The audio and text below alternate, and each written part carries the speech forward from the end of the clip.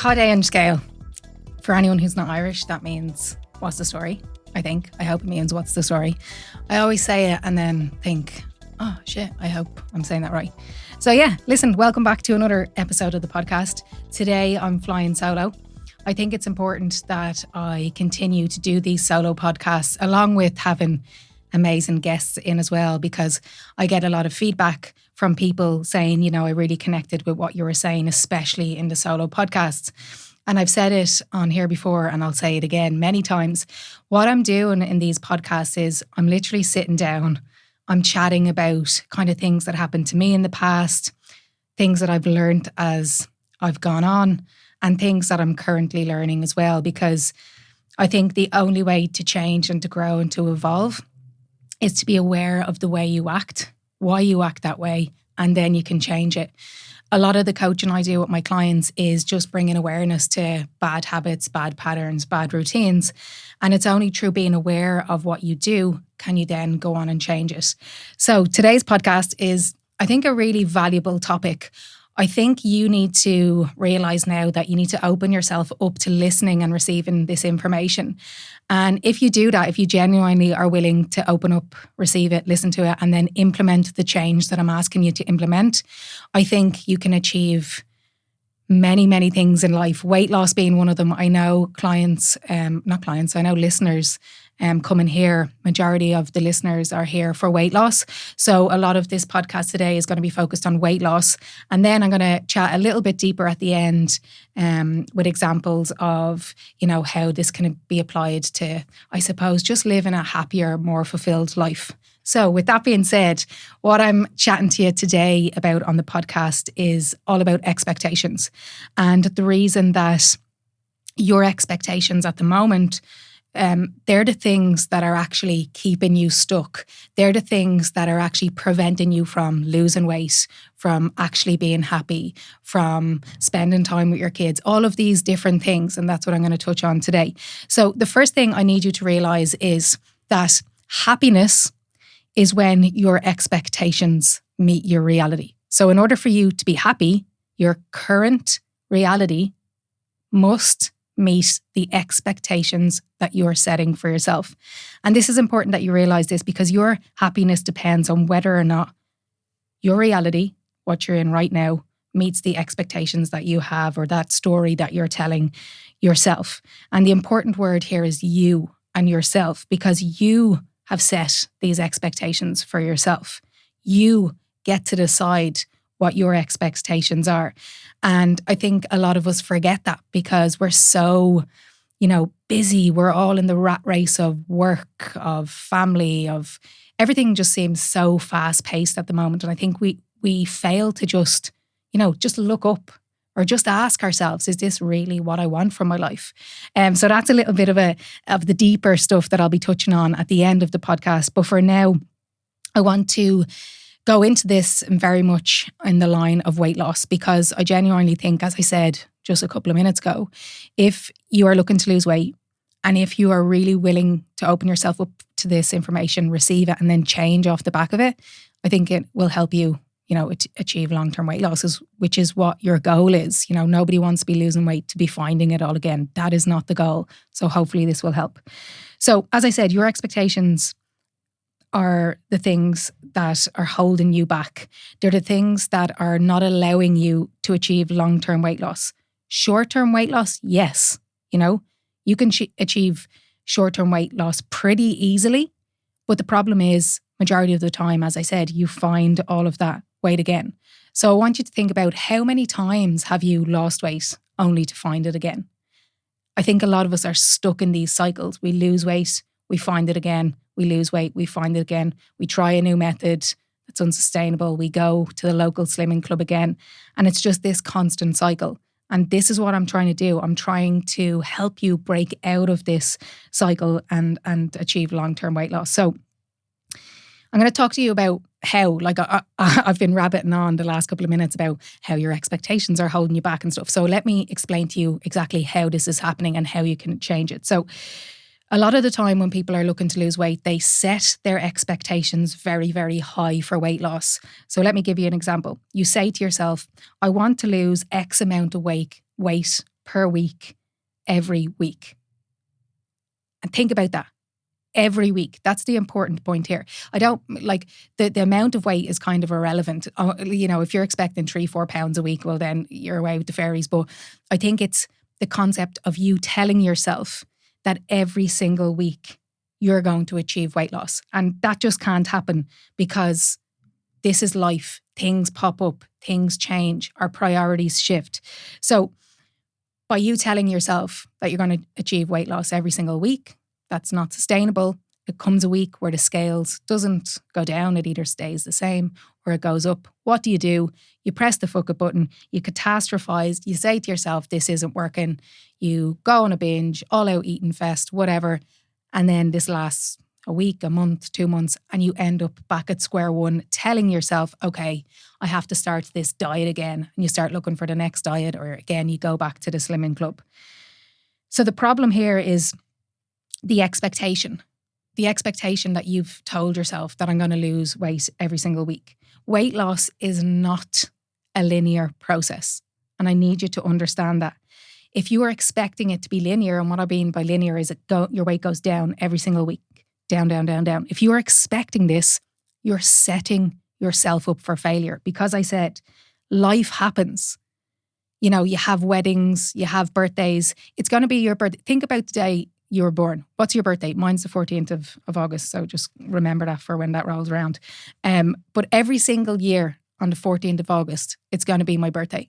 So I need to be able to factor in these special occasions. There's way more examples, weddings, holidays, Christmases, all of these things. And of course I'm going to eat the cake. Of course I'm going to go out for a meal. Of course I'm going to do all of these amazing things because it's my birthday. I'm allowed, I'm supposed to do these things. But if I was on a weight loss journey and I had, after having a meal out, I'd gone out for drinks, I'd ate the cake, I'd celebrated for a week long. Let's go bloody mental. And then my expectation was to stand on the scale and to see that number go down. What do you think would happen? I'd be upset. I would catastrophize it. I would say this weight loss process isn't working again. What's wrong with me? All of these things that we tell ourselves. But if you really, really peel back here and think about it, simplify it to its bare bones, how do you expect yourself to lose weight when you're after overindulging for a week? It's just silly, but it's so hard to be so honest with ourselves because, a lot of the times it's not what we want to hear. But just remember that weight loss isn't a linear process. And I want you to look at the bigger picture. And I'll come back to that later when I talk about kind of a year long. And that's what I want you to start thinking in terms of. But you need to realize that there are many times throughout the year, throughout your life, where you shouldn't be expecting to lose weight. So I'm going to give you some examples of those. I've already told you one, birthday. So around the time of your birthday, you're going to be celebrating, you're going to be indulging. Brilliant. Take a week off, take whatever, I don't care. Get straight back to it. Another example is Christmas. I can't tell you how many Christmases that have come around where I've been super anxious about, I know I'm going to have to eat, the big dinners for, X amount of days. There's going to be chocolate all over the place. And I'd be riddled with anxiety because in my mind, I was thinking, well, this is going to ruin all my progress. I'm going to put on weight and all of these things that we tell ourselves. And if we fast forward to now, I'm at utter complete food freedom. And that's where I'm trying to get people to. That's where I'm trying to get all my clients to. That's where I'm trying to get you listening to this podcast to.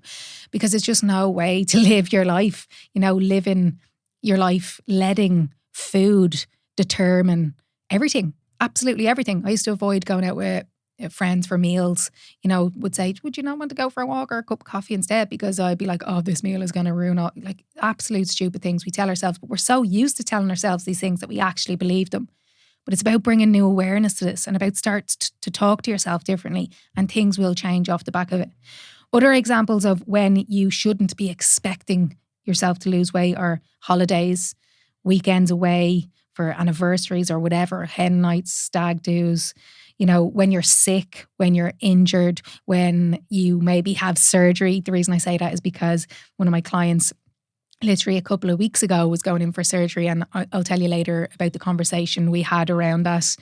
Maybe when you're super stressed and, your boss at work is being an arsehole or whatever, you've a super stressful week because people are out and you've loads of stuff on top of you. Expecting yourself to have an amazing week that week is just setting yourself up for failure.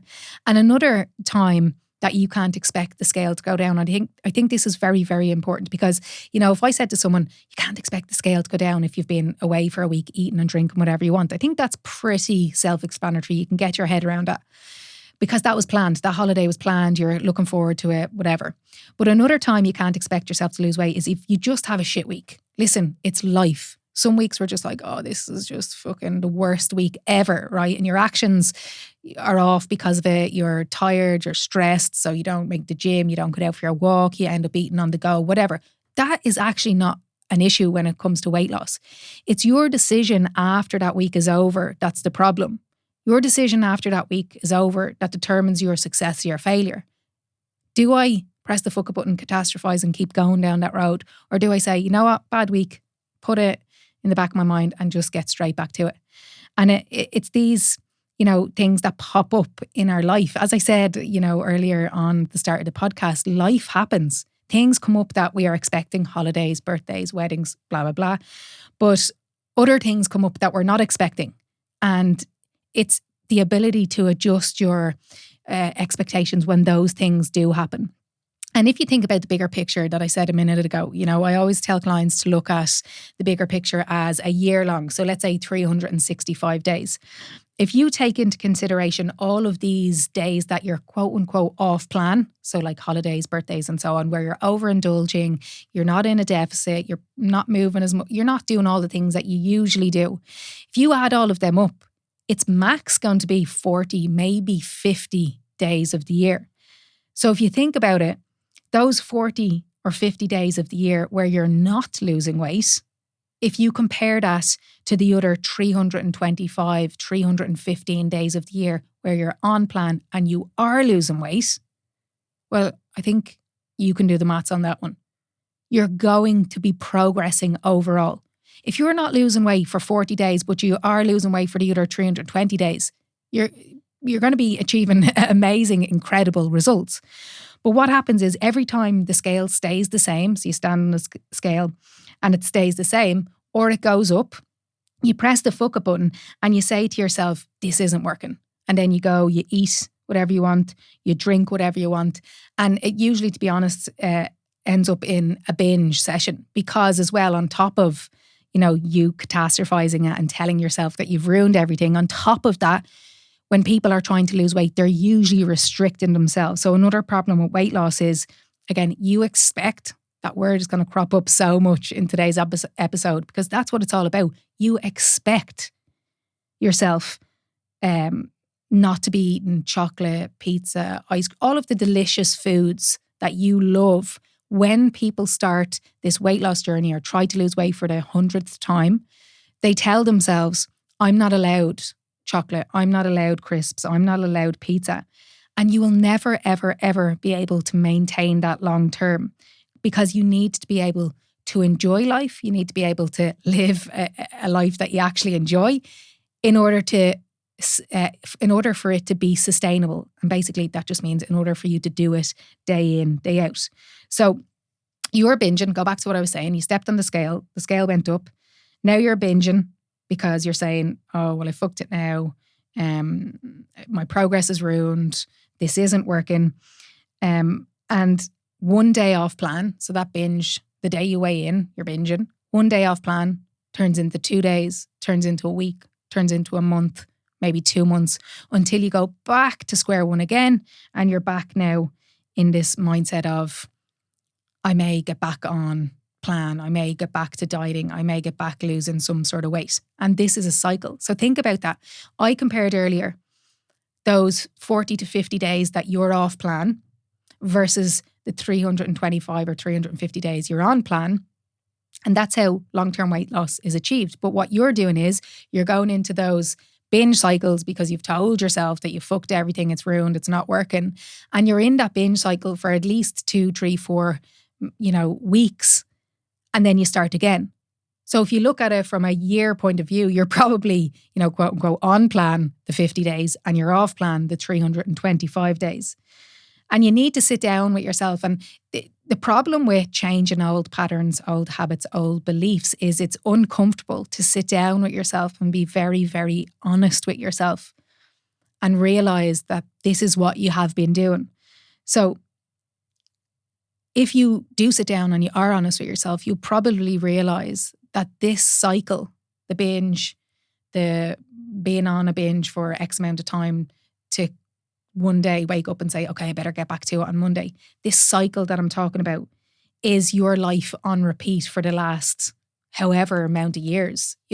Some people who are listening to this, it might only be 5-10 years.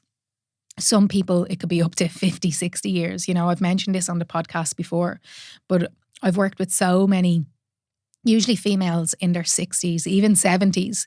And after working with me, they're like, Kellie, only through your coaching, because people think my weight loss coaching is, here's your nutrition plan, here's your training plan, go off and do this. And yes, obviously you have to, be looking at your nutrition and your training. But the biggest part of my coaching is mindset and unlearning all of these fucking stupid things we've been telling ourselves for so long.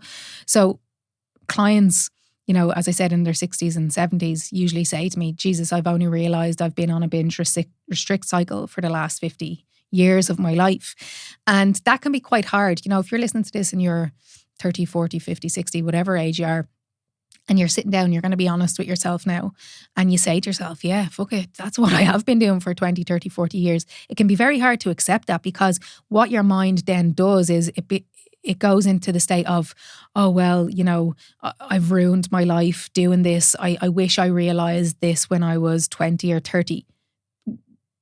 Hindsight's a great thing. We can't change the past. Because a lot of clients do say that to me. I get it every single week. It's like, Kellie, I wish I'd found you sooner. And my response to that is, but you found me now, or you've changed now, And isn't it better at 60 to live the rest of your life, with food freedom than not? Because unfortunately, so many people go through their life in this cycle and never ever realizing that's what they're doing. So awareness is key to change. And you need to realize that, if you're taking this same approach to weight loss over and over again, you're just going to get the same result. What does Einstein say is, I'm going to butcher this now, but doing the same thing over and over and expecting a different result, that's the definition of insanity. So if you realize today at the end of this podcast, shit, that's what I've been doing my entire life, that's good. That's a good thing, because then you have the awareness to change. So I'm going to highlight a couple of points that I think are important for you to realize, I suppose, what you need to do in order to change. The first thing is to expect the scale not to go down week after week. So yes, we want the scale to go down, a lot of weeks out of the year, but not every single week. So you need to highlight the weeks that it's not going to go down. And they're all of the things that I've just said. I think the expected occasions or the expected times that the scale isn't going down are easier to swallow. So like your holidays. I always say to clients, if you go away on holiday and you come back and the scale has gone down, you've had a miserable fucking holiday.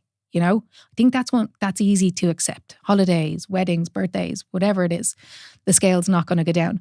But it's also the other times that you need to, and that it's about shifting your expectation in the moment, because your holiday's coming up in August. I'm going to Ibiza in September, and you can plan for that and you can manage your expectations in advance. But it's the weeks that you're super stressed at work, you're maybe sick, you're maybe injured, and you have to sit down and be like, listen, I'm sick. I can't get out and train. I can't do this, that and the other. So therefore I need to adjust my expectations in terms of what I'm expecting to see on the scale. And then you stand on the scale, or maybe you don't. Even better, you don't that week, because you know that it's not going to show you what you want to see. But if you do stand on the scale and it stays the same or it goes up, well then you're okay. You're like, okay, I expected this. And it doesn't cause you to fucking catastrophize the scenario. Tell yourself that you've ruined everything. Tell yourself that it isn't working anymore, and you just get back to it whenever you can. So my whole line, and I say this to my clients, if they could get one thing tattooed into their brain, it's that going off plan isn't the problem. How long it takes you to get back on plan is the problem. And one of my clients, Aoife, shout out to Aoife, she's been working with me since January, and she literally messaged me last week and she was like, Kellie, I was out with the girls that we don't meet up very often. She's going to kill me now for saying this, but we don't meet up very often, and we were out together and they're all asking me, what am I doing? I look amazing, all of these amazing things.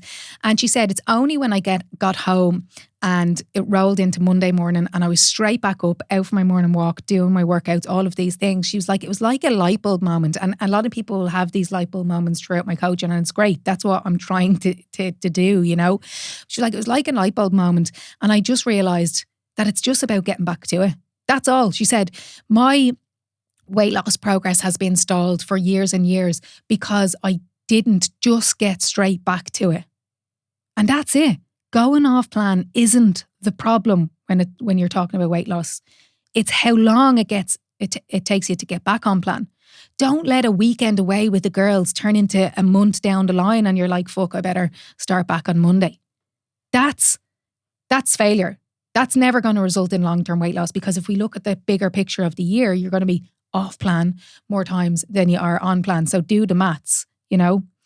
Another really big thing that I want you to start doing after you listen to this podcast is realizing that the scale going up, that's actually not a problem. You know, even when you're looking to lose weight, the scale going up isn't the problem. It's supposed to go up, as I said, after, you know, occasions of indulging, eating, drinking, whatever you want, sickness, stress, all of these different things. But your decision after the scale goes up is what will determine your success or your failure with long-term weight loss. You get to decide what happens after that scale goes up. 1, press the fuck up button and say it's not working, catastrophize everything.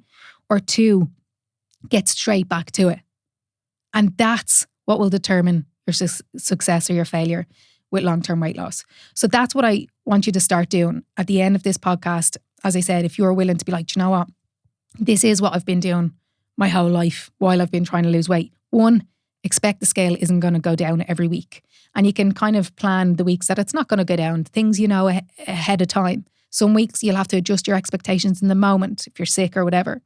Realise that going off plan isn't the problem, how long it takes you to get back on plan. And then after the scales goes up, your decision after that is the thing that will determine your success or your failure. Pressing the fuck up button or getting straight back to it. Another thing I wanted to chat about expectations and how your expectations are holding you back when it comes to weight loss success is that you're expecting weight loss to be easy. And I've talked about this on the podcast before, that change is not supposed to be easy. You know, whatever change it is, whether it's starting a new job, learning how to play an instrument, learning how to drive, changing careers, moving house, whatever the change is, it doesn't bloody matter what the change is. It's never, ever going to be easy. And one thing that I try to get across on the podcast as well is that the hardest part with change is always the start. So like the first day you turn up at guitar lessons and you're just absolutely shit. And I can actually cross this over into my life at the moment. Years ago, I used to compete in MMA, which is crazy to think now. But yeah, when in my mad years, when I wasn't dealing what was going on in my head, I was trying to just, you know,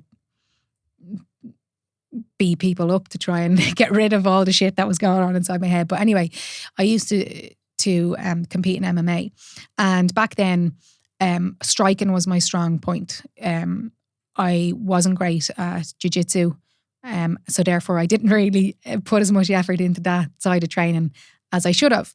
But only recently I was saying to Mo, the last about 6 months I've been saying, you know what, I'd love to get back into training jiu-jitsu. So I've recently signed up at the local jiu-jitsu academy, and I've only done 2 sessions so far. But like, I am absolutely shite, you know. I'm so bad at it, but I'm supposed to be bad at it because it's completely new to me. Well, I know I done it, you know, about 7 or 8 years ago, but honestly, I done barely anything. But if I expected myself to rock into that jiu-jitsu academy and be like amazing at this, I'd just, again, be setting myself up for failure. I'd be miserable because I'm like, oh, what's wrong with me? I'm shit. I'm supposed to be shit. I'm starting something new. The only way to get better at something is to show up day in, day out and do the thing. And then you get good at doing the thing. Like, again, I said it before, it's so easy to give other people advice. You know, if your kid came back from starting, you know, Gaelic training or rugby training the first day and they're like, oh my God, I'm so bad, Mom. Everyone else was scoring goals and I wasn't. You're not going to say, you know, start to go mad at them and be like, you should be better. You're going to be like, you've only started training. You'll be better next year. Just show up. And I think a lot of people expect when they're trying to lose weight that it's going to be easy, that they're going to be successful all of a sudden. And that's not the case. And this expectation of it's going to be easy. And then when you find it difficult, sometimes people can use this as a way of giving themselves an out. And what I mean by that is a lot of people will say, oh, well, there's something wrong with me, you know? So like if I had gone to that jiu-jitsu class and got submitted, I'm not going to say how many times, but I'd leave walking out of that place and I could say to myself, oh, there's something wrong with me, you know, I'm obviously shit at this and never go back. I'm giving myself an out there. I'm, you know, telling myself that I'm giving myself an excuse not to go back. And that's what happens with weight loss a lot of the time. Your expectation is that it's going to be easy. The minute it's not easy, you give yourself an out by saying, oh, there's something wrong with me. I obviously can't do this. And we all have those self-limiting beliefs. It's not only with weight loss, you know. So many people have so many, and I did for so many years. I used to think back in like if you had told me that I would be a business woman, which Mo said to me last night, and she said it like that. That's why I said it like that. But I was just laughing at her.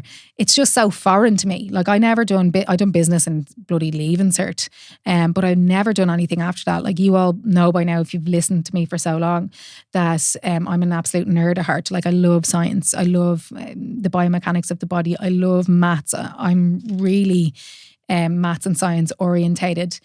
So if you had said to me that I was running my own successful business 5 years ago, I would have thought you're absolutely mental. You know, we all have these self-limiting beliefs.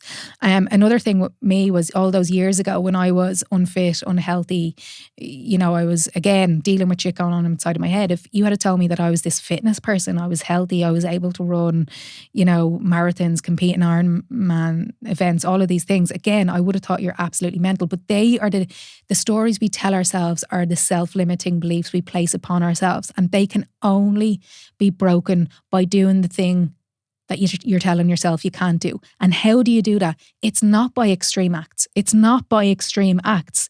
You're never going to achieve long-term weight loss by hopping on the next fad diet, cutting your calories down to ridiculous amounts, losing a stone in a week. That's never, ever going to result in long-term success. What you have to do is you start small and obviously start doing things correctly and not slashing calories and all of those things. And then you just keep showing up. Like I was on Sarah Catterson's podcast and she was just like to me, Kellie, I just can't get my head around, you know, how you competed in Ironman events. Again, you know, it's such a massive, massive deal. She was like, how did you, you know, train for that? What did you do? And I was like, I just fucking started. The first time I cycled, it was probably about 10K. My arse was on fire. I absolutely hated it. I hated cycling. But I just kept showing up. There's no way to get better at something without just doing the thing. The same with running. I will never, ever forget. Me and Mo lived in Dalkey. I'm going off topic here, but sure. So we lived in Dalkey in this little studio, 1 bedroom. I'll tell you another story about this and I hope I won't go off and forget what I was saying, but I'll write it down here. We were living in this tiny little studio, right? It was 1 bedroom and our bathroom was like, you could barely even move around this tiny little room off it. And we had no heating. It was just, it probably even wasn't even legal, to be fair. We had no heating. So we used to come in from college. We were about in our final years, I think, in college. And we used to put on the oven, full blast, leave it on for about 10 minutes, open the oven door, and that heated up the I was going to say apartment, but it was a room. But anyway, I'll never forget, right? That was the point that my identity started to change in terms of how I viewed myself and how I viewed my health and fitness, I suppose. So I was way overweight back then. I was like, couldn't run the length myself, And I said to myself one day, I took a photo in the mirror. I have the photo, like I'm unrecognizable. I took the photo in the mirror and I said to myself, I'm just going to start running the block.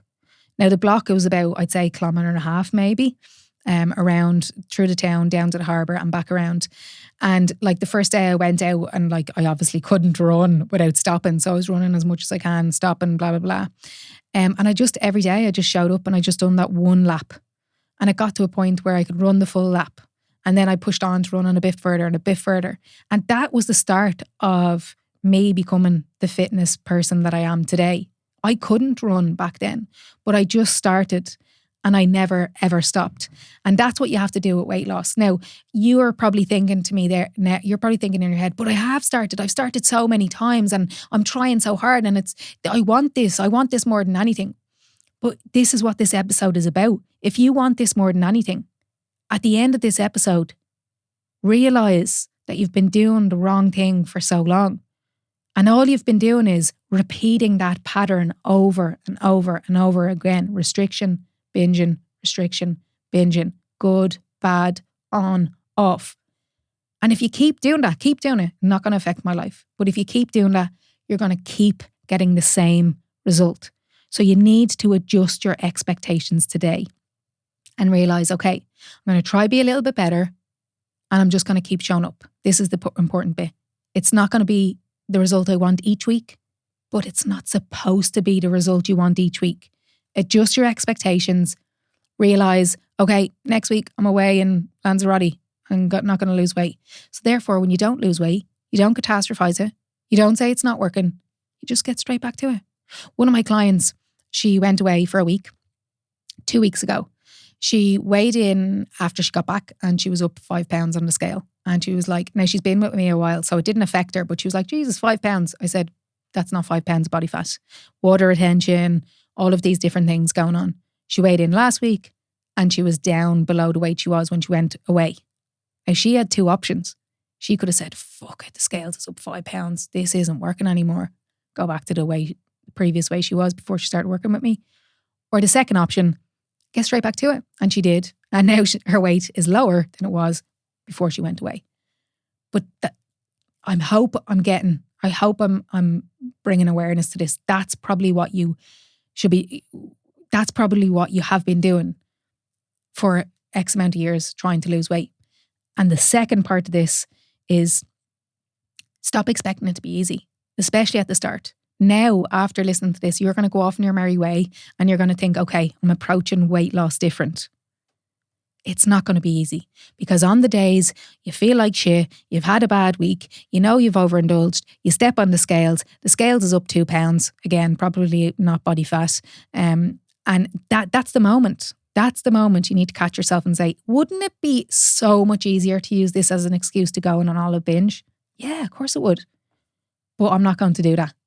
And that's where the hard part lies.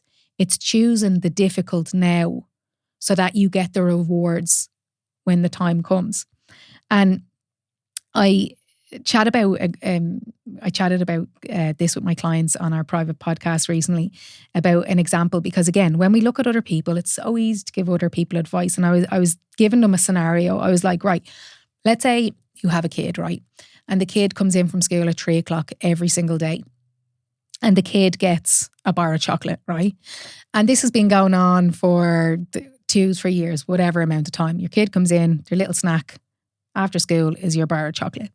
And one day you sit down and you realise, I probably shouldn't be giving my kid a bar of chocolate every day or whatever.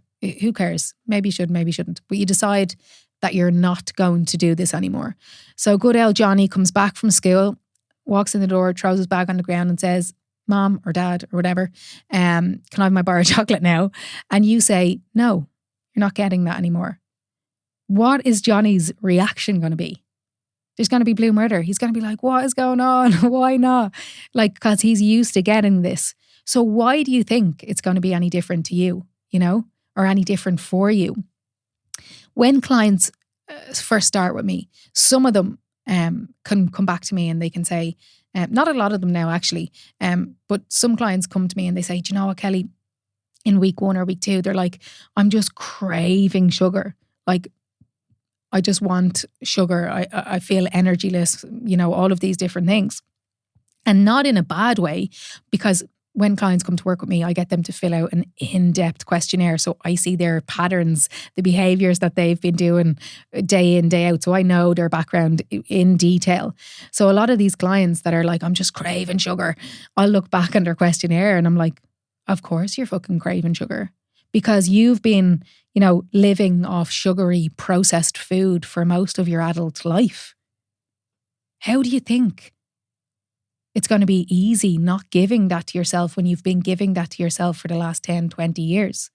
So expect this change to be difficult, but I know it's hard to say now because you haven't seen the results yet, but the results or what you get off the back of it is just so worth it. Like so many of the clients that I work with after, obviously following their nutrition and training plan but it's doing the mindset work and all of this expectation change and unlearning and all of these things I do with my clients, after they finish working with me, like just so many of them are just saying to me, I'm just living such a more fulfilled, happy life. And yeah, when you start eating better, when you start moving better, you automatically feel better. Like I've said it before, if you fuel your body with shit, you feel like shit. If you fuel your body well, you feel well. And also, if you move your body, like I've said it before again, I know I'm repeating myself, but I train every day outdoors, or most days, for my mental health, not for my physical health. So when clients start to get outside and move their body and fucking look at the trees around them, they start to feel better. Their mood improves. When your mood improves and your energy improves, therefore you're more likely to make better food decisions. You're more likely to, continue training, continue getting outside, getting outdoors.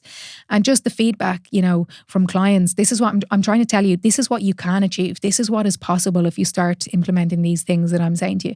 Not only will your physical and mental health improve, not only will your confidence improve, but that of your family as well. The amount of women who work with me and say to me, Kellie, we haven't eaten together as a family in so long. Now we're all eating together. We all feel better. It's just the environment in our home is so much better. So I've said this before and it can sound quite harsh, but if you're not going to do it for you, do it for your kids. You are your kids' childhood. Monkey see, monkey do. The other day, and this has happened before, but the other day I walked in and one of my girls was like lying on my foam roller, just rolling. And the other one was there we have these plastic kettlebells and dumbbells. And she was like, Mommy, we're doing our exercise. I would have never seen that growing up. And obviously it's just my parents weren't into that. But, it's so important to expose yourself or expose your kids to things that you think will be important for them long term.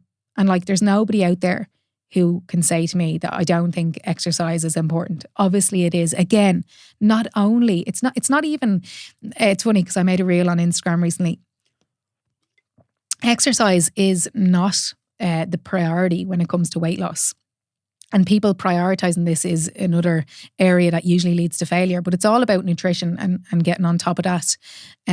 So exercise is more beneficial actually for your mind, for your head, getting that 10 minutes on your own, moving your body, getting those endorphins running, feeling better. And this has a knock-on effect to everything else being better.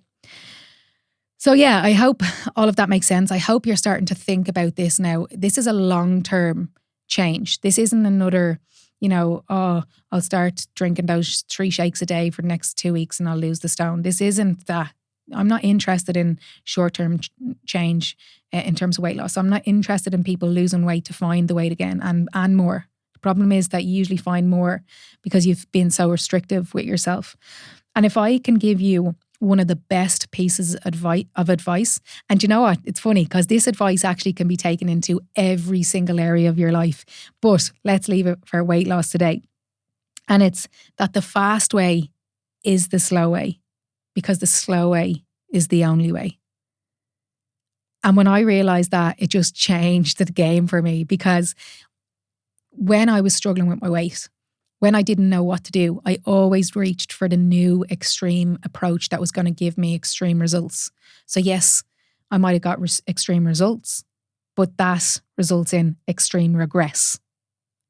If you are using a method that you can't stick to this time next year, it's unsustainable. And another line, so that this one I've just said, one of my favorites, the fast way is the slow way, because the slow way is the only way. But on top of that, if something sounds too good to be true, it usually is. So think about those two things and start realizing that, yes, I can't even try to come up with a name, but people try and sell things nowadays like weight loss, like 360, blah, blah, blah, all of these crazy names, because the crazier it fucking sounds, the more you think this is going to be the new silver bullet, the new magic pill, And if it sounds too good to be true, then it usually is. Weight loss is not, as I said, a linear process, but it's not even a step-by-step process in terms of you're not going to be able to do the same things week in, week out. So obviously I want my clients to be focusing on steps, to be focusing on sleep, to be focusing on, eating filling, high protein, nutritious food, hydration, reducing screen time, getting outside, moving your body, all of these things. Absolutely. I want clients to focus on those things, but it's not step by step. And what I mean by that is you won't be able to focus on those things every single week because, as I said, life fucking happens. Things pop up. So expecting yourself to be perfect and to be on plan every single week is what's setting yourself up for failure. What happens if your kid gets sick? Do you think you're going to be able to be on top of everything because of that or after that or as a result of that? The answer is no. Your sleep is going to be impacted, which is going to impact your mood, your energy levels. Your steps are going to be impacted, maybe your training sessions, all of these different things. But if you're like, you know what, I'm doing this weight loss thing. I have to achieve weight loss this week. But your kids are sick and you're not getting any sleep and you're eating shit. Again, it's you expecting this from yourself. Stop fucking fooling yourself. But the thing is about this episode is it's empowerment. If you actually start being real with yourself, accepting the things that you don't want to hear. Okay, this week I'm not going to lose weight. Do I want to lose weight? Yeah, but it's not going to happen this week because my kids are fucking sick. What happens then? You get back to it when the kids are better. We have the rest of our life to do this, but we just want instant gratification now. We want instant results, but instant results, as I said, leads to instant regress. You lose the weight, but you find the weight again. And as I said, have you been doing this for most of your adult life? Unfortunately, a lot of people have. And I don't say that from a place of not having a clue. I've worked with thousands of people one-to-one at this stage. And I've seen this. I've seen this so many times with clients. Nearly every single client that I work with is implementing the binge restrict in some form. Now, it mightn't be a massive thing like I've just explained, like, they're good for 2, 3, 4 weeks. Then a wedding comes around, they fucked it, so they're bad. They're binging for 2, 3, 4 weeks. And this big cycle, there's tiny forms, there's smaller forms of binge restrict. One example is, I'm good Monday to Friday. The weekend rolls around and you're fucking absolutely knee deep in the, chocolate press, eating whatever you want, drinking all sorts, all of these different things. You're out every night, you're drinking alcohol, you're not moving your body. The work that you do throughout the week, no matter how good you are, can be undone at the weekend if you're going mental. So that's a form of binge restrict. There's another form of binge restrict that's on a daily cycle. And a lot of people fall into this. So many, I think it's actually increasing, or I'm just being more aware of it. People being good throughout the day. Good as in fucking restricting themselves throughout the day. Then it comes to the evening time and their body is craving energy and they just eat everything in sight. So many people do that. How many times have you said to yourself, I'm going to have 2 boiled eggs for breakfast and a salad for lunch? It's not going to work. I'm sorry to tell you, Sandra, that is not going to result in long-term change when it comes to weight loss.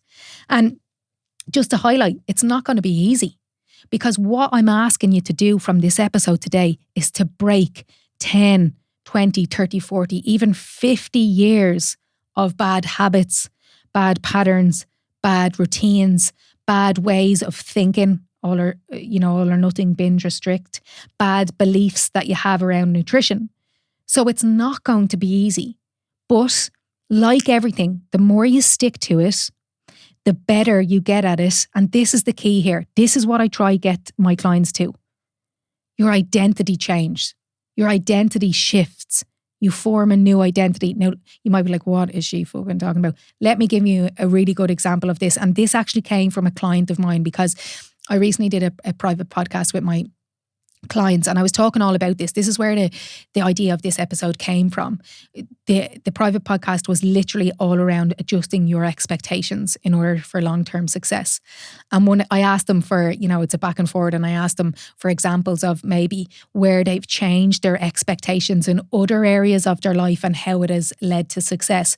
But this woman, one of my clients, said, and I thought it was a great analogy for this, your identity changing. She said to me, Kellie, I quit smoking years and years ago, right? And she said, I promise you it was one of the most difficult things I've ever done. And they say that nicotine is one of the most addictive drugs. So anyway, she was saying to me, it was one of the hardest things I've ever done in my life. And she said, week by week, month by month, it got a bit easier. And then she said, years later, I didn't even think about cigarettes. I don't think about cigarettes right now. And she was saying that's an example of identity shifts. And like, what a perfect analogy. She went from a smoker to a non-smoker. This is just the new way that she lives her life. Her identity has shifted. All those years ago when I was in that bedsit in Dalkey, I was an unfit and unhealthy, a miserable person. That was my identity, because that was the things I was living out. Now I'm not. Now I'm fit. Now I'm healthy. Now I'm happy. But it didn't happen overnight. And it wasn't easy to get from there to there. It took a lot of time. But the fast way is the slow way, because the slow way is the only way. And the thing about discomfort is you can't avoid it. No matter what you do in life, you cannot avoid discomfort. You just end up kicking the can further down the road. And when you kick the can of discomfort down the road, it becomes 10 times worse. The discomfort becomes 10 times worse, because if you think about it, you can choose the hard now, but that gives you the easy later. What do I mean by that? Your alarm goes off 6, 7 a.m. in the morning. You have to get up and you have to go to the gym. How much easier would it be to roll over in your warm, snuggly bed, slashing outside, and get that extra hour in bed? Of course it would be easier. Of course you'd probably prefer that in the moment. But you're choosing the hard in that moment to have easy down the line. You're choosing the discomfort in the moment to have the easy down the line. And what's the easy down the line? By choosing to go to the gym or, exercise, choosing to meal prep, choosing to get to bed early. That's discomfort. But what do you get on the flip side of that? You get to be fit. You get to be healthy. You get to be able to play with your kids, play with your grandkids, be able to climb a flight of stairs, be able to carry your shopping. All of these daily activities of living you get to do because you've put the work in over time. Or you can choose the easy now. You can avoid the discomfort now. So take the flip side of that scenario. You've rolled over in bed. It's raining out. Fuck the gym. You know what? I'm not going. And you do that on repeat. You never ever show up for yourself. You're choosing the easy now. You're avoiding discomfort now. But you get the hard later. All of those tiny, seemingly insignificant decisions that you've made in the moment result in discomfort later.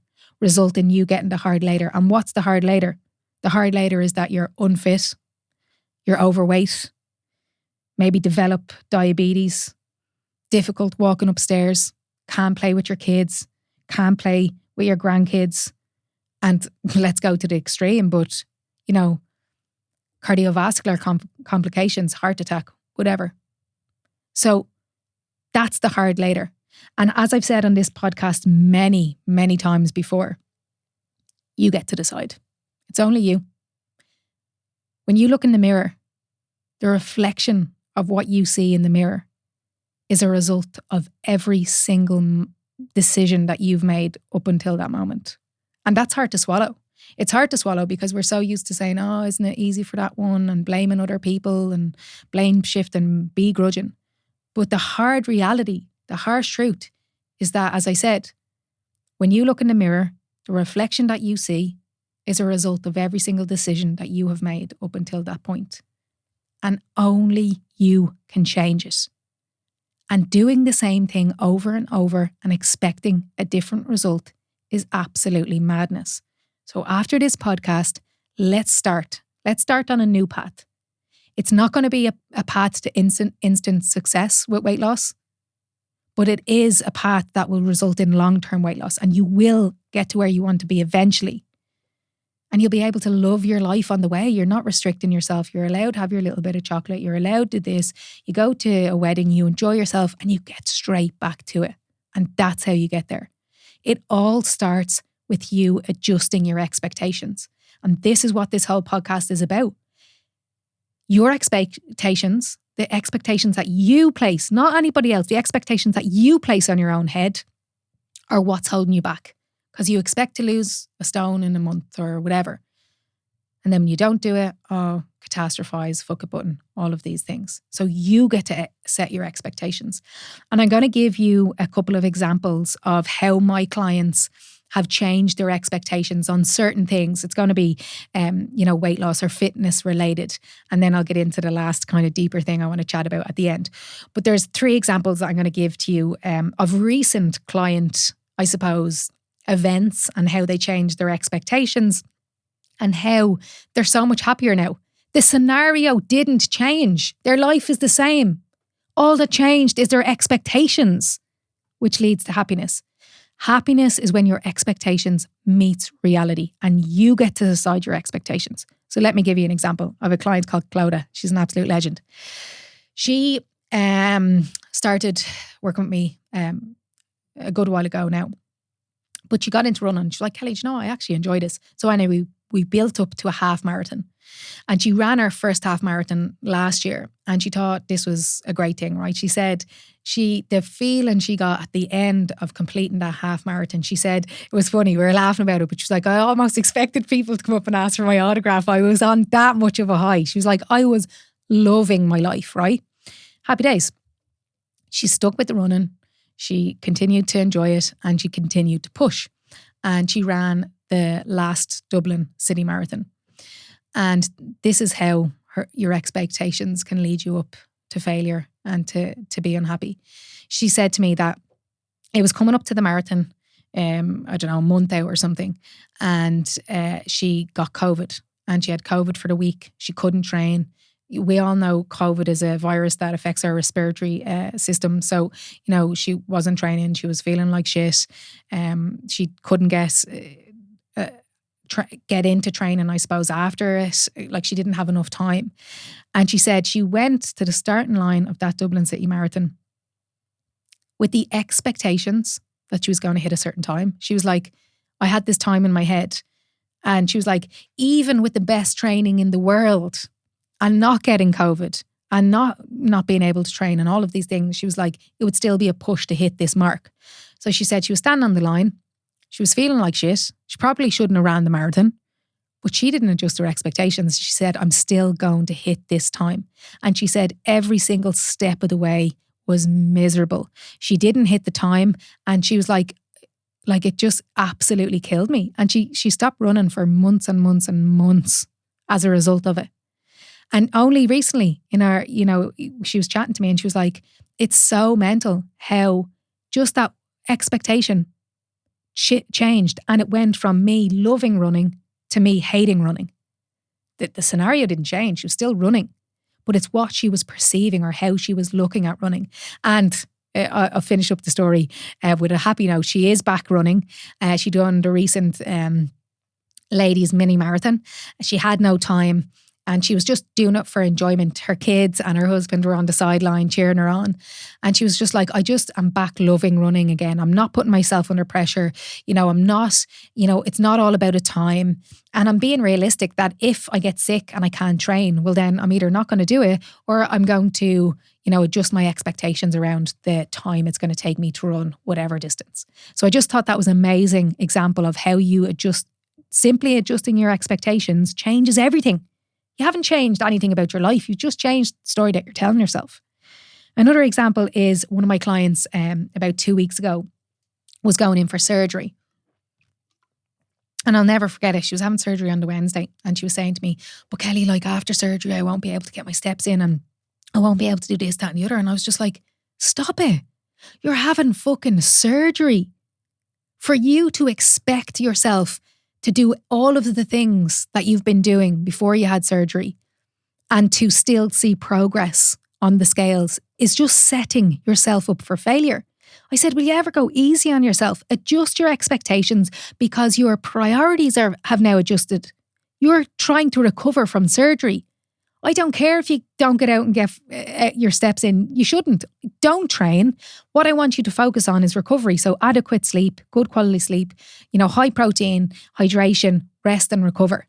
And she was just like, oh Jesus, I never really thought about it like that. But she for years, she's been in this mindset of I need to lose weight, I need to lose weight, I need to lose weight. So she had fucking surgery and she still expected herself to lose weight that week. Like when we actually put it on someone else and I tell you a story of someone else, it's easy for you to say, Jesus, yeah, that's mad that she expected to lose weight that week. But you say it to yourself. So catch yourself. And it's all just about being so fucking honest with yourself, and being like, how am I expecting myself to lose weight? I can't get up out of bed, I can't do this, I can't do the other. Control the controllables. And here's the important part. Get back to it when you can. So she adjusted her expectation. She's like, I don't care about the scale. I'm not weighing in now until I can get back to my normal weekly routine. Happy days. She hasn't catastrophized. She hasn't said this isn't working. And she'll get straight back to it. The last example I'm going to give you in terms of fitness and weight loss is a new client of mine. And this happens a lot of the time when new clients start to work with me, because when clients start to work with me, there's so much work that I need to do with them to get them to the level of all of, food freedom, expectations, and learning all of these different things. So when I've new clients come to me, usually I'll get the same questions and I'm like, you have to just trust the process. You have to do this, that and the other. And it can be hard because they're trying to, again, break these fucking 10, 20, 30, 40, 50 years of bad habits, patterns, routines, thought processes around nutrition. But one thing that a client said to me literally yesterday, she sent me a message and she's from the US, so I'm going to use her terminology. She said, Kellie, I'm going on vacation. That's terrible. She's going on vacation next week, right? And she said to me, can you give me some advice as to how I'm going to stay within my calorie deficit every single day when I'm on vacation? And I just wrote back, you're not supposed to. I just wrote back, you're not supposed to. And then I expanded. So I sent her a voice note and I was like, listen, weight loss isn't, she's only with me 2 weeks. So it's fine that we haven't broke these thought processes, these thought patterns. It doesn't happen overnight. But like if I was to say that to a client who's been with me, let's say 6 months, and I was to say, you're going on holiday next week, how are you going to stay within your calorie deficit? They'd say to me, Kellie, would you cop on? I'm not supposed to, so it's a learning curve. But I just said back to her, listen, if you go away for a week and the scales is down, you've had a crap holiday. And she was like, oh, it makes sense, but you have to get the right coaching. You have to get the right, knowledge from people. And I'm not saying I know everything, but, I've been through it. I've been through the process. And that whole analogy, I know I use it so much now, but like if you were to climb Mount Everest, who would you ask for advice? Would you ask for advice from someone who's climbed Mount Everest or from someone who's read a book about climbing it? People who've been through things can most of the time give you, good advice on it. Anyway, I'm going off tangent here. The client with the vacation next week, I sent her on an education document that I've created on this about how to enjoy special occasions guilt-free. Going off plan isn't the problem. It's about how long it takes you to get back on plan. So she now has accepted that, you know what, I'm not going to be quote unquote on plan for the week that I'm away, but I'm not supposed to be. And if I get straight back to it, when I get home, I will start progressing again. And happy days. That's what this whole podcast is about. Okay, we're done with the weight loss. Jesus, I could talk about that for hours, nearly an hour already. We're done with the weight loss section. I wanted to cross this information over into a kind of deeper level and maybe talk about kind of my experiences in the past, because the information that I'm trying to get on this podcast or across to you on this podcast, yes, it's all about weight loss and how you can achieve long-term weight loss. But ideally, I actually want you to implement it into other areas so that you can, like, people think, oh, when I hit that number on the scales, I'm going to be happy. No, you're not. weight loss doesn't solve all your problems. It just solves your weight loss problems, you know. And I heard that before when people are talking about money, they're like, getting money doesn't solve all your problems. It just solves your money problems, you know. So, but it's hard to say that someone who's wanted to lose weight their whole life. Anyway, we're done with the weight loss. I'm going to talk to you about how your expectations are holding you back, I suppose, on a deeper level in your life. So I need you to remember what I said at the start of the podcast. I said that happiness is when your expectations meet reality, and that you get to decide what your expectations are. You literally just change what you expect from yourself. Maybe lower your expectations and you can live a happy life. So I want you to think about, or start thinking about, what, I suppose, how do you want to live your life?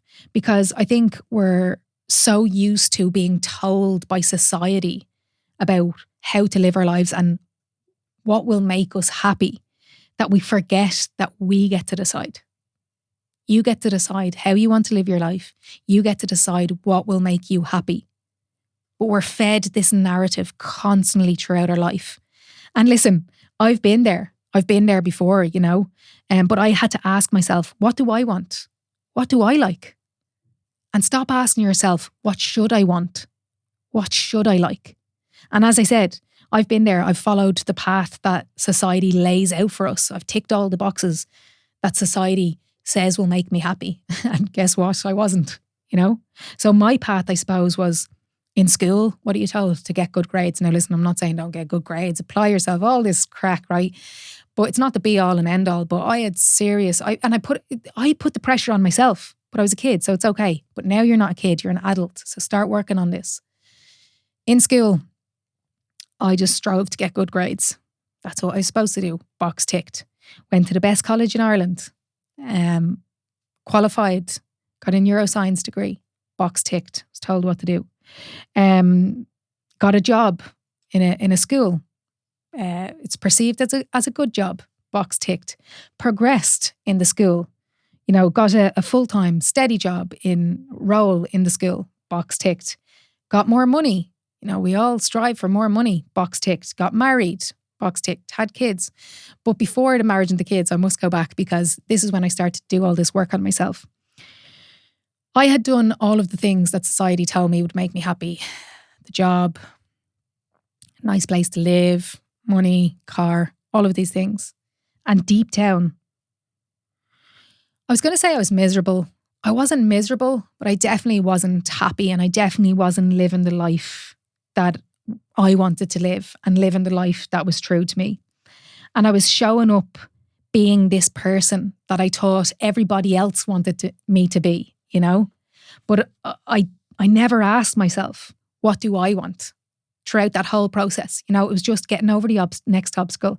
We all defer our happiness. I'll be happy when I graduate. I'll be happy when I get a job. I'll be happy when I build my house. I'll be happy when I get married and have kids and all of these things. And that's what I was doing my whole life until one day. And I genuinely, I'm telling the truth here. One day sat there and I was just like, what the fuck am I doing? This is my life. And I started to think about what I truly wanted. I literally sat down and I said, what do I want from my life? What do I love? And I came up with, well, I love fitness and I love teaching people, because I did love teaching people. I just didn't love what I was teaching them. So I was teaching, you know, Leaving Cert kids maths and science, so they would go into an exam, regurgitate all of this information and then probably never use it again. Maybe if they went into science or maths, they would. But that it wasn't fulfilling me. It wasn't doing it for me, you know. So I was like, I love fitness. I'm fueling my own performance. I'm doing all these crazy fitness events and I love teaching. So I said, you know what, I'm going to qualify on the side as a personal trainer and nutritionist. And you've all heard this story if you've listened to my podcasts already. But I was doing this on the side while I had a full-time job. And then I made the decision to leave my steady teaching job. And it was one of the scariest times in my life. It was one of the scariest decisions I've ever made, because let's rattle out this quote that I use all the time. But there's only two real addictions in life: heroin and a steady job. And that's the way that's what we're led to believe. That's what society tells us. Oh, if you have a steady job, you'd be fucking easy to leave. So many people thought I was mental.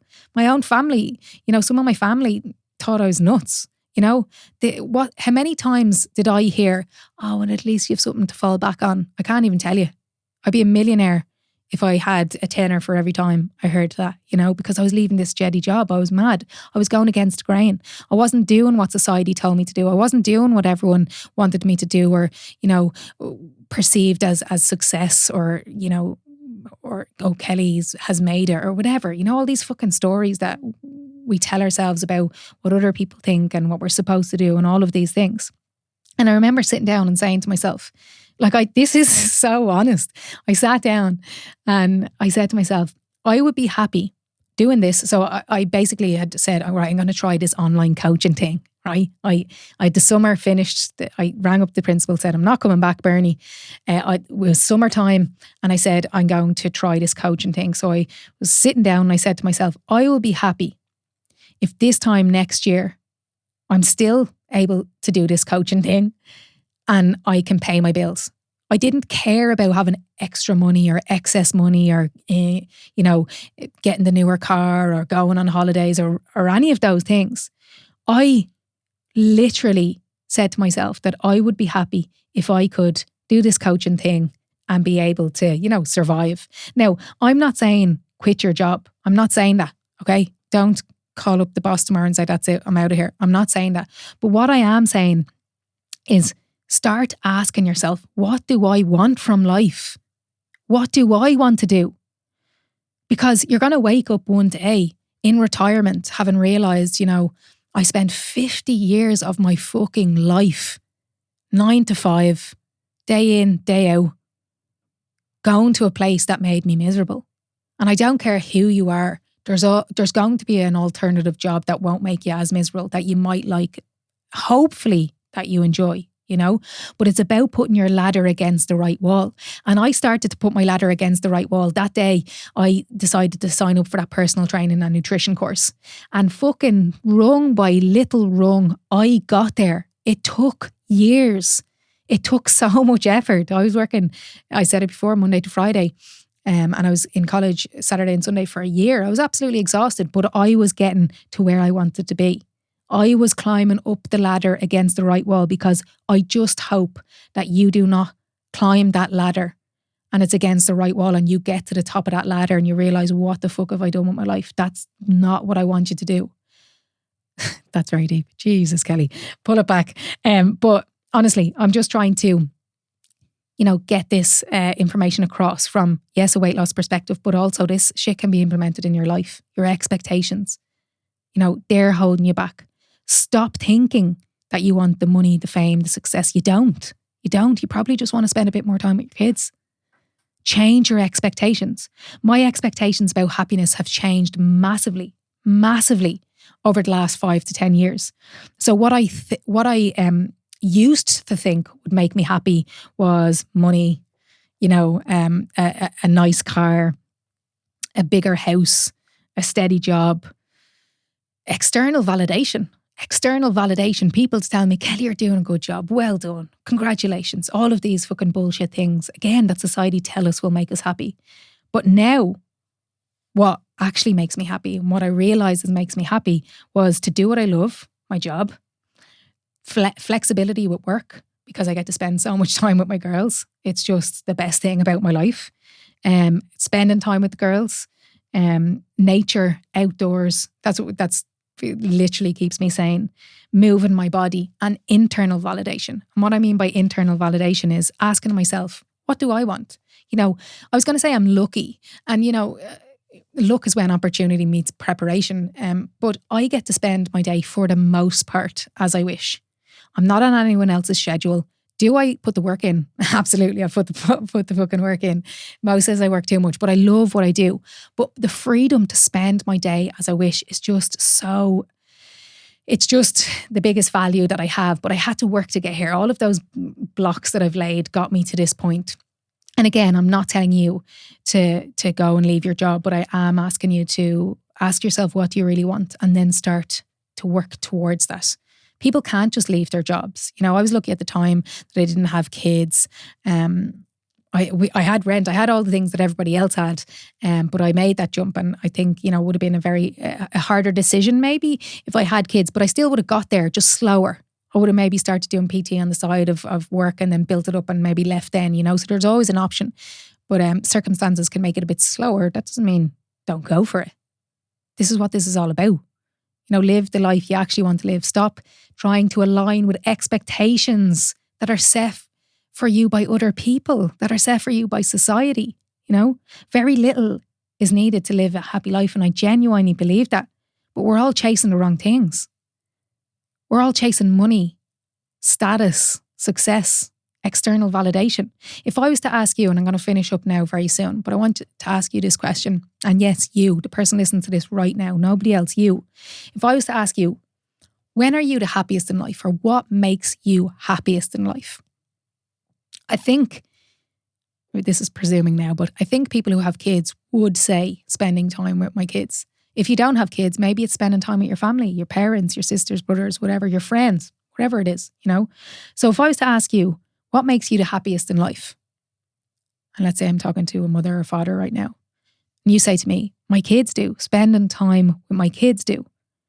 But yeah, if I looked at, I suppose, your work, a lot of people are working crazy hours, commuting crazy amount of hours each day. Why? To buy more things that we don't need in seek of some sort of external validation. I said to my clients recently, right, and here's a little story. I was scrolling on Instagram and this actor, I don't even know his name, but he was in, you'd know him to see. And he was on this kind of like farm thing, and it stopped me in my tracks for a second. And I watched the video, and this actor had left Hollywood. He's gone living on a farm in the middle of nowhere. There's about 3 or 4 houses around him, and he is, growing his own veg, producing his own food, and he just was living the life. I remember coming away from watching that video and I was like, well, isn't it fucking well for him? And then I caught myself and I was like, this man is living the most simplistic life there is possible. But yes, we fail to realise that because we're constantly chasing. People watching that video probably would think, oh, wouldn't it be great to live that life? Oh, it's easy for him. He's a fucking Hollywood actor. It's not. The cheapest land you can buy is probably down the country somewhere, start growing your own veg and all of these different things. But I'm not saying do that, but I'm just saying catch yourself when you're fucking saying, oh, wouldn't it be stop buying shit that you don't need. Maybe work a bit less. Yes, you get a bit less money, but stop buying shit you don't need. And maybe spend more time with your kids and do things you actually want. We're all stuck in the rat race. Society is just getting faster and faster. There's no denying it. Everything is just getting more high speed, high tech. Demands that are put upon you are more and more and more. But you are the only person that can change that. I'll never forget when I was working as a teacher, I used to have my emails on my phone. And we used to get an email at fucking all hours, outside of work hours, and I'd be replying. And then I just said, hold on. That is an expectation from that person sending me that email that I'm supposed to respond to that. I'm not working. That's not my working hours. I never used to. The last year I was teaching, and teachers probably got to explode listening to this. I never took work home because I was not working in those hours. But it was the expectations that are put upon your head. You get to say no to them. So stop doing things that people expect you to do and say no, and start asking yourself, what do I want to do? And usually it's the simplest of things that will make you happy. The simplest of things that will make you happy. You don't need the newest car. You don't need the biggest house. You don't need the fanciest clothes. You don't need the most recent iPhone to make you happy. But society tells you that will make you happy. So what do? You work all the fucking hours under the sun to get more money, to buy more things, and you're missing out on what's in front of you. You're missing out on what actually makes you happy. And you might be thinking, oh, it's easy for Kellie to say because she gets to fucking spend her day as she wishes. It's not easy for me to say. Because I said to myself all those years ago, I don't care if I don't get as much money as I was getting when I was teaching, as long as, I can do what I love. And I've done it, and it wasn't easy. And there was times that I was like, fuck, I don't know if I can pay rent this month. But I was willing to do what made me happy. And I was willing to not prioritise money and fucking status and success and all of these things. And I bet you they're not the things that make you happy, but you think they are because society told you they are. Let me ask you that question again. When are you most happy? What makes you most happy? What's the best thing in your life? Your kids. Try and spend more time with them. It might mean a decrease in salary, yes. But if you're telling me your kids make you happy, well, then that won't matter. One of Mo's friends recently, and I think this is one of the greatest things I've heard in a long time. She has a young kid. Her daughter is actually the same age as our girls. And she works in a bank. And she was given a promotion. So she was told that she, her work is great and here's a promotion. You'll get a massive, massive increase in money, but your responsibility will increase. You will require you traveling to work more and maybe working more hours because, you're managing a team. So she was probably getting double salary, like massive increase in money, but it would have meant less time with her kid. And she said no. She said no. Let that sink in. Let that sink in the next time you're saying that you have to, spend all this time working and you have to commute to work. Maybe get a job closer to home where you don't. Get to spend more time with your kids. Maybe, again, you might get a decrease in salary. But again, what is the thing that's making you happy? You get to decide what your expectations are. You do. You, nobody else, you do. But we all forget that because our fucking head is in the game. We're rushing through life, on to the next thing, success, succeed, praise. We're all great. We're missing out on what's really important. I'm going to finish this episode because I've had you here for ages now, but I'm going to finish this episode on just another analogy. I like these little analogies, but it brings things full circle. And I said this to my clients recently. I was like, right, there's two boxers. Yeah, maybe you've said this on it, so I'll keep it short. There's two boxers. And they train every single day. But they both have two different expectations of what they want from boxing. So one boxer wants to win Olympic gold. And that's all he wants. That's all he ever wants in life is to win Olympic gold. And the other boxer's expectation is just to show up and to do the boxing and to compete here and there because he actually loves boxing. Both of them love boxing. Both of them love showing up. But their expectations are completely different. Boxer A wants to win Olympic gold. Boxer B just wants to box. They go through their life. Both of them die. Boxer A wanted Olympic gold. Never achieved it. Died miserable. Boxer B only ever wanted to box. Achieved it. Died a happy person. What was different? Their scenarios were no different. They both showed up, boxed, but their expectations were completely different. That is it. That is all I have for you today. Your happiness lies in the fact that your expectations need to meet your reality. A lot of the time, we cannot change the reality around us, but we can change our expectations. So if you change your expectations, it will result in happiness. That is it. That is all I have for you. Listen, lads, I hope you enjoyed that. I hope there's a lot of food for thought there. I could keep going, but I'm conscious of your time here. I hope you enjoyed. Hope you feel like you can implement nuggets of that right now and start long-term change. And if you have enjoyed it and you feel like someone in your life could benefit from it, don't forget to share it on Instagram or on your WhatsApp group or wherever. And yeah, just share the knowledge. And as always, look after yourself and I will chat to you soon.